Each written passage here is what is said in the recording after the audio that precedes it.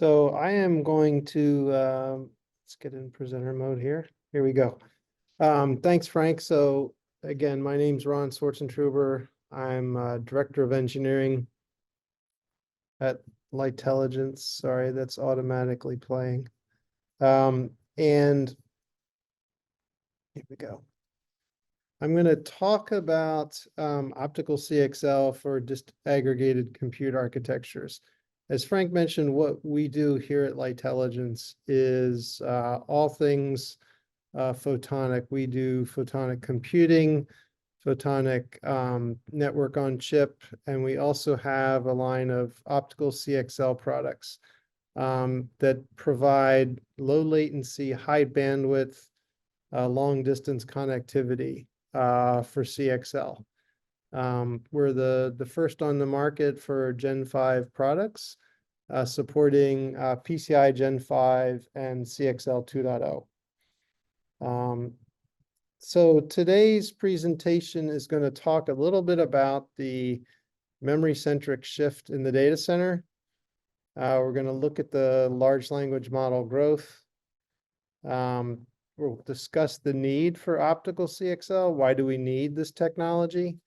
And then we'll show you a case study. At Lightelligence, we needed to prove to ourselves that this was a product that was worthwhile and that had market fit and something that was needed. So we performed a case study with OPT inference. So we'll show you those results during this presentation. So first off, a little bit about disaggregation and why disaggregation. What's happening, what we're seeing is that the compute is no longer the dominant resource in the data center. It's memory and access to memory that's become the dominant criteria for how data centers are being designed. And furthermore, these applications are now able to define the machines that they run on, allowing a greater degree of freedom. And so that's what's taking place today in the data center. So these data center architects are changing the way they compose their data centers. Furthermore, what's compounding things a little bit is that the size of the large language models continue to grow, as you can see this chart on the left. What you have today is these models with 300 billion parameters or so need to be coherently connected to large arrays of computes. These models, as I said, continue to grow, which puts a challenge on the memory bandwidth. The second chart on the right talks a little bit about latency. So what's also needed to process these large language models is a low latency CPU or GPU to memory connectivity. So CXL is actually poised very well to process these large language models, be it training or inference. As you can see, the CXL memory is roughly 1 NUMA hop away, a couple hundred nanoseconds, much closer than your SSD memory, which is, tens of microseconds. So furthermore, what we're finding is that there's a limited amount of space in your rack, and of course in your server, but also when one server connects to a memory within the same rack. And so companies are finding that they need to go to optics if they want to span multiple racks. So that's why optical interconnects are required for these models as these models grow, and also as these models connect to more and more GPUs. What we're finding today in the data center is that the dominant protocol being used is RDMA. But the challenge with RDMA is that there's a latency penalty incurred with this technology. And what's needed is a low latency remote memory interconnect, such as CXL. CXL, rides on PCI Express, which is the dominant load store interconnect used today in the data center. And so you can see the comparison here, roughly hundreds of nanoseconds compared to hundreds of microseconds for RDMA. You've heard a lot about CXL today, so I don't really need to discuss the 200 and some member companies listed here.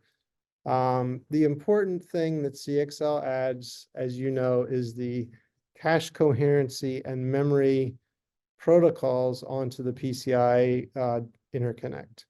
So CXL gives us that. It also gives us hierarchical switching, CPU to CPU or GPU to GPU connectivity in the later standards. And so it's really a full-featured now interconnect that can be used for memory disaggregation. Okay, so that's CXL, but why do we need optical CXL?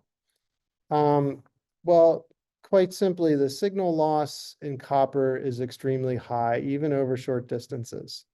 Electrical CXL or electrical Ethernet, for that matter, can only scale a few meters, as you can see on the chart on the left. However, with optical CXL, you can span 10 to 100 meters with extremely minimal loss, and you're essentially only limited by the speed of light. Furthermore, the cross-sectional area of the fiber is dramatically smaller than that of copper. If you've ever looked inside your server, you'll see these large MCIO cables all over the place. The fiber cables are much smaller, and also can extend further reach.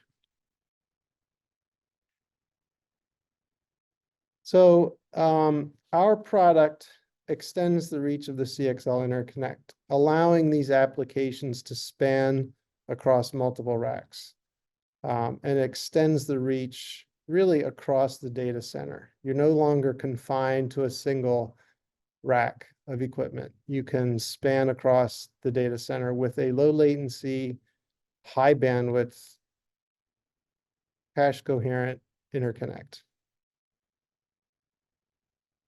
Okay, now let's talk a little bit about our case study. So the case study is using inference.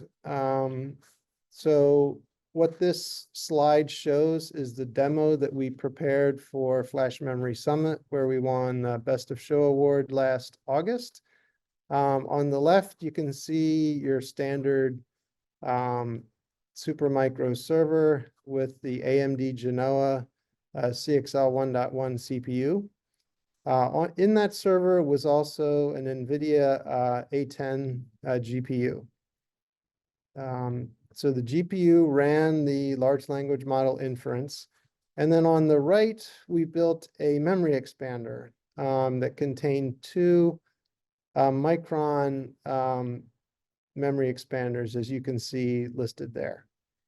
So this was a fairly simple demo, and interconnecting the server and the memory box were two Photowave cards. These are low profile PCI Chem form factor cards, and they were connected together with two fiber optic cables. Okay, so that was the demo setup. The large language model that we chose was OPT66B, which is basically a model that can be used for news text summarization. We chose this model due to the size. It could fit on a signal. We had 256 gigabyte expanders, but it could fit on a 128 gigabyte expander. And that's so OPT66B is what we chose. The results you can see here were collected running inference for news text summarization on the model. So the GPU was running the model. The model itself was located on the CXL memory expander, separated by 10 meters of fiber optic cable. The important results, what you can see is that the decode throughput of the when running the model in CXL memory was roughly 4.8 tokens per second. Compared that to when the model was loaded on solid state drive, located directly in the server, at 1.9 tokens per second. So as you can see, running the model in the CXL memory was a 2.4x higher throughput than running it on the disk. What you can also see is the decode latency was about a third running on the CXL memory. So we got the results that we were expecting, but actually we were quite surprised that we almost doubled the throughput compared to SSD. That was quite shocking to us, more than doubled it. This shows you exactly what was happening for the model. So we take a file text input, as you can see here. So here's a large clip of news that comes in the wire, and then the AI model summarizes it into a few sentences. So that's essentially what was going on under the hood for this AI model. It's quite interesting. Here's some more results. So the graph on the lower left basically shows the time horizon for the time in seconds. As you can see, as the model is run. So when it starts up, you can see that the CXL and disk are roughly the same. What happens though is about a third to half the way through, the GPU runs out of its cache memory and has to start fetching from the solid state drive. And that's where the throughput dramatically drops. Well, however, the CXL memory, because it's all located on the memory, there's not buffering required. The decode throughput remains high throughout the inference. Some other things to point out is that GPU utilization was much better with the CXL memory because there's no longer the latency penalty. Also, the CPU utilization was in fact lower. The CPU in the case of the solid state drive is continually performing memory management functions, and that's not required here. We were using MemVerge software as well, and that provided an added benefit on this inference.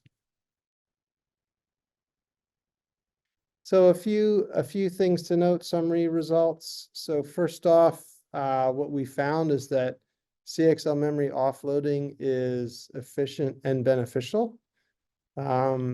It's something that it's a technique that can be employed to essentially lower your amount of system memory or on server memory. You can offload memory to lower cost memory, potentially in a remote location. We were able to measure a 2.5 performance advantage compared to SSD. And interestingly enough, as you saw in the previous chart, the performance was comparable, maybe 75% of what a pure system memory would be. So if you could, in fact, load your large language model in system memory, which generally you're not able to because they're so large, we would see a similar performance to pure system memory. And then we calculated a 1.9x total cost of ownership improvement. And that, for reason, is we're able to use less expensive GPUs and provide a similar throughput. So I'd like to introduce some of the Photowave products here. So as I mentioned, we have this low profile PCI card. That's what was used in the demonstration.